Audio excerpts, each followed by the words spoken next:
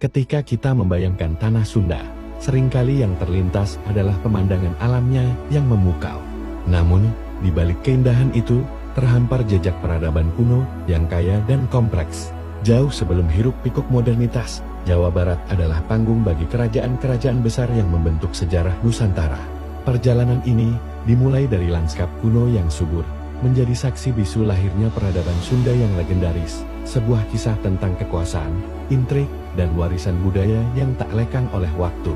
Kisah peradaban Sunda berawal dari Kerajaan Salakanagara, yang sering dianggap sebagai leluhur kerajaan-kerajaan di Jawa Barat, berpusat di Rajatapura, yang lokasinya diperkirakan berada di sekitar Teluk Lada, Pandeglang. Kerajaan ini didirikan pada abad kedua Masehi. Menurut naskah Wangsakerta, tokoh awal yang berperan penting adalah Aki Tirip, seorang pemuka masyarakat lokal. Kerajaan ini secara resmi berdiri di bawah kepemimpinan Dewa Warman I, seorang duta dari India yang kemudian menikahi putri Aki Tira. Di bawah kepemimpinannya, Salakanagara yang berarti negeri perak tumbuh menjadi kekuatan maritim yang disegani. Wilayah kekuasaannya membentang dari Agrabinta di Cianjur, Aginusa atau Pulau Apri yang kini dikenal sebagai Krakatau, hingga mencakup sebagian wilayah Sumatera Selatan, menunjukkan pengaruhnya yang luas di jalur perdagangan Selat Sunda. Memasuki abad keempat, panggung sejarah Jawa Barat didominasi oleh kekuatan baru, yaitu Kerajaan Tarumanagara. Transisi ini ditandai oleh peran sentral Purnawarman, raja ketiga Tarumanagara yang termasyhur.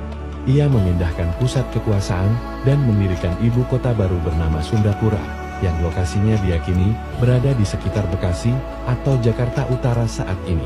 Melalui kepemimpinannya yang visioner, Tarumanagara berkembang pesat, menguasai sebagian besar wilayah Jawa Barat. Salakanagara, yang saat itu telah melemah, secara bertahap statusnya berubah menjadi kerajaan bawahan, dan akhirnya terintegrasi penuh ke dalam kekuasaan Tarumanagara. Dengan demikian, warisan Salakanagara tidak sepenuhnya hilang, melainkan melebur dan menjadi fondasi bagi kebesaran Tarumanagara.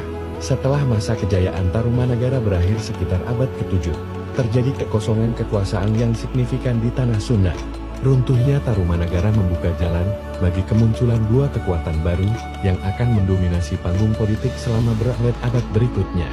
Dari sisa-sisa wilayah Tarumanagara, lahirlah Kerajaan Sunda dan Kerajaan Galuh. Keduanya seringkali terlibat dalam dinamika politik yang kompleks, terkadang bersaing, namun tak jarang pula menjalin aliansi melalui pernikahan antar elit kerajaan. Salah satu momen terpenting adalah penyatuan kembali kedua kerajaan di bawah satu mahkota, yang menandai era baru dalam sejarah Sunda. Raja-raja seperti Sanjaya, pendiri Wangsa Mataram kuno, yang juga penguasa Galuh, menjadi figur kunci yang membentuk arah sejarah pada periode transisi ini. Puncak dari penyatuan Sunda dan Galuh adalah berdirinya Kerajaan Pajajaran pada abad ke-15. Era ini mencapai masa keemasannya di bawah pemerintahan Sri Baduga Maharaja, yang lebih dikenal dengan gelar Prabu Siliwangi. Ia berhasil menyatukan kembali seluruh wilayah Pasundan di bawah satu panji, menjadikan Pajajaran sebagai kerajaan yang makmur dan disegani. Ibu kotanya, Pakuan Pajajaran, yang terletak di wilayah Bogor modern, menjadi pusat pemerintahan, ekonomi, dan kebudayaan. Kehidupan sosial masyarakatnya sangat teratur, dengan sistem hukum yang tertuang dalam naskah kuno seperti Sanghyang Siksakanda NG Karesian.